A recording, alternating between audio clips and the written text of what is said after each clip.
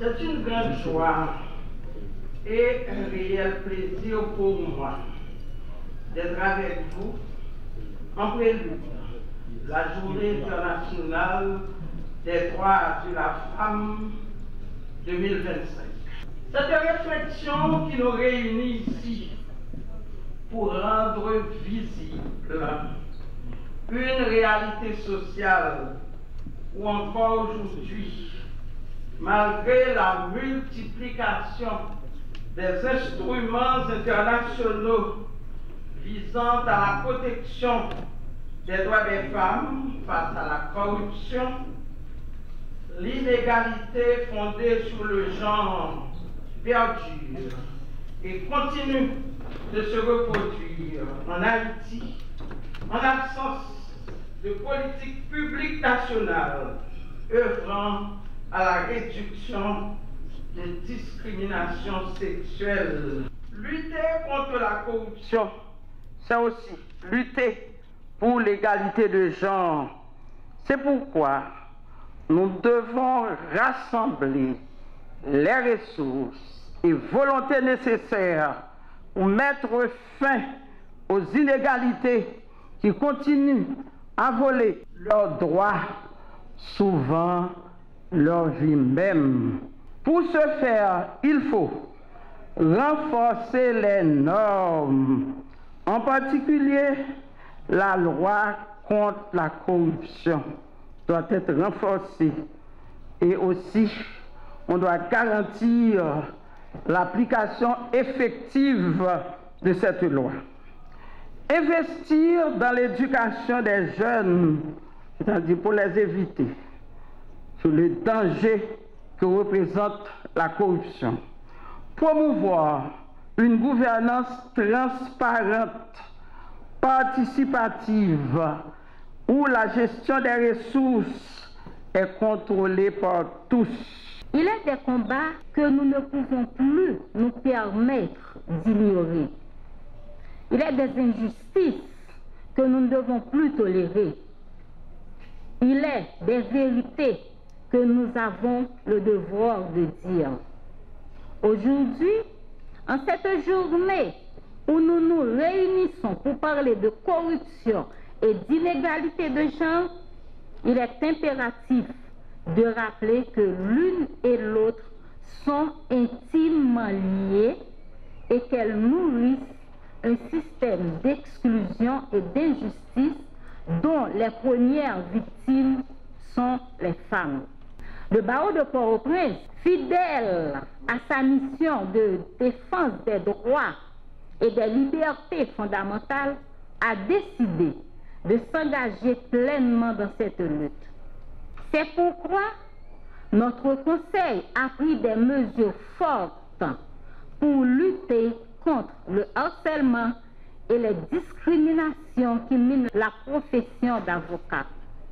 Nous avons élaboré une charte de lutte contre le harcèlement au sein de la BASOCH, afin que nos consoeurs puissent exercer leur métier avec dignité et dans un cadre respectueux. À quelques jours de la Journée internationale des droits des femmes, il faut applaudir les efforts et la persévérance des femmes haïtiennes engagées dans la lutte contre la corruption. Vous êtes les remparts contre l'impunité grâce à votre implication au sein du système judiciaire, des autorités administratives et de la société civile.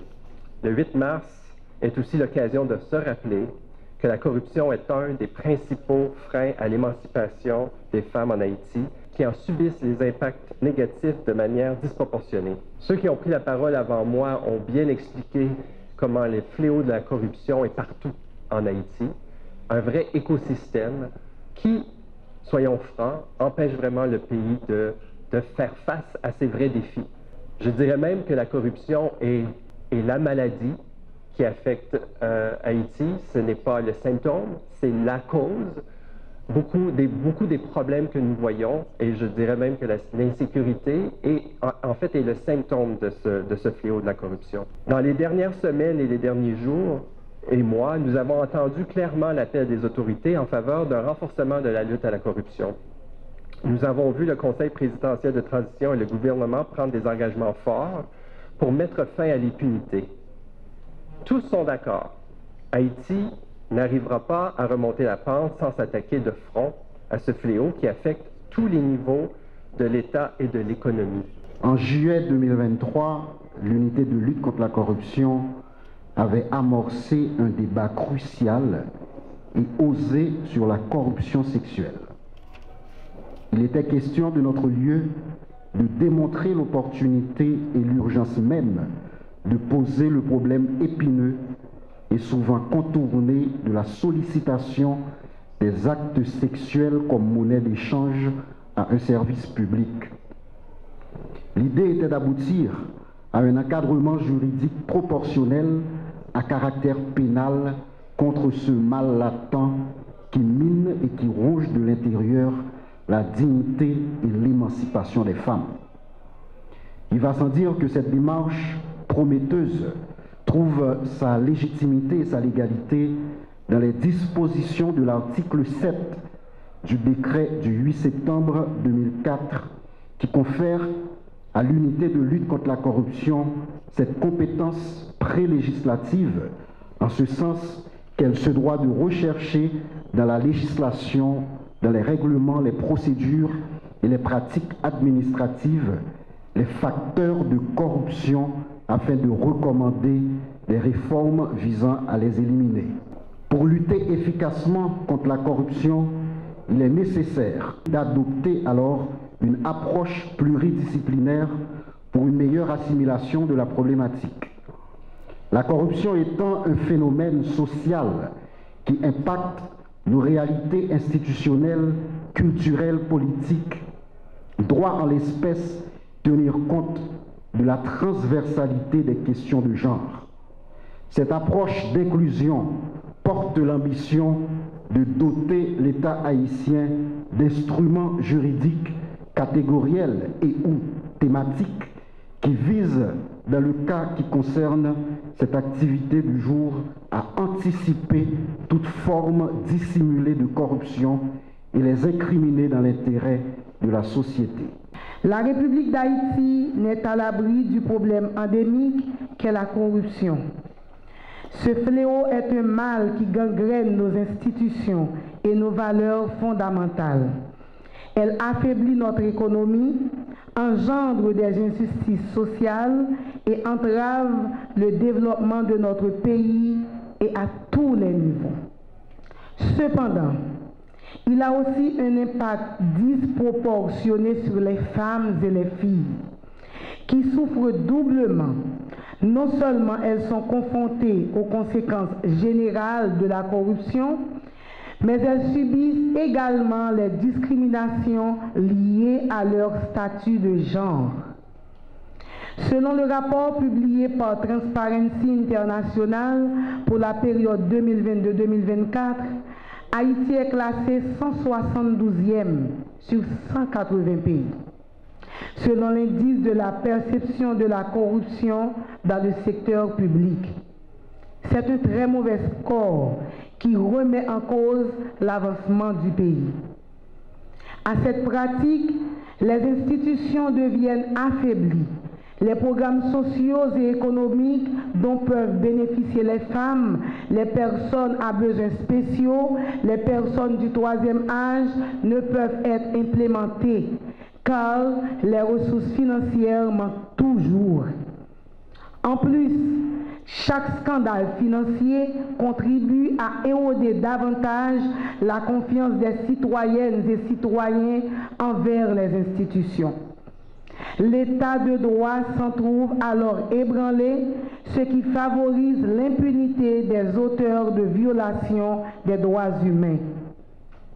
En effet, les femmes comme catégorie socio-professionnelle représentent plus de la moitié de la population haïtienne, soit plus de 52% selon les dernières statistiques, sont entre autres les plus victimes du phénomène de la corruption. Même si dans la classification sociale, beaucoup de femmes, bien qu'elles possèdent des ressources suffisantes pour vivre une vie meilleure, elles partagent en effet beaucoup d'intérêt et d'oppression parce qu'elles sont considérées comme une construction sociale. En ma qualité de ministre à la condition féminine et aux droits des femmes, n'est-il pas important de vous rappeler que le MCFDF est l'organe central de l'État chargé de définir des politiques publiques devant agir sur la condition de vie des femmes en Haïti. En réalité, la manifestation de son rôle est transversale pour l'application de ces deux fonctions essentielles qui sont la promotion et la défense des droits des femmes et la généralisation selon le genre. Il ne fait aucun doute que l'organisation de cette causerie ayant pour thème la corruption et les inégalités de genre est arrivée à un point nommé dans le contexte socio-politique difficile que nous vivons depuis quelques années.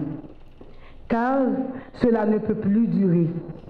Il est de notre devoir, à nous, les dirigeantes, dirigeants, d'œuvrer pour un changement tangible. Cela nécessite des réformes législatives, une éducation de la population et une réforme profonde des institutions pour qu'elles soient inclusives, équitables et respectueuses des droits des femmes.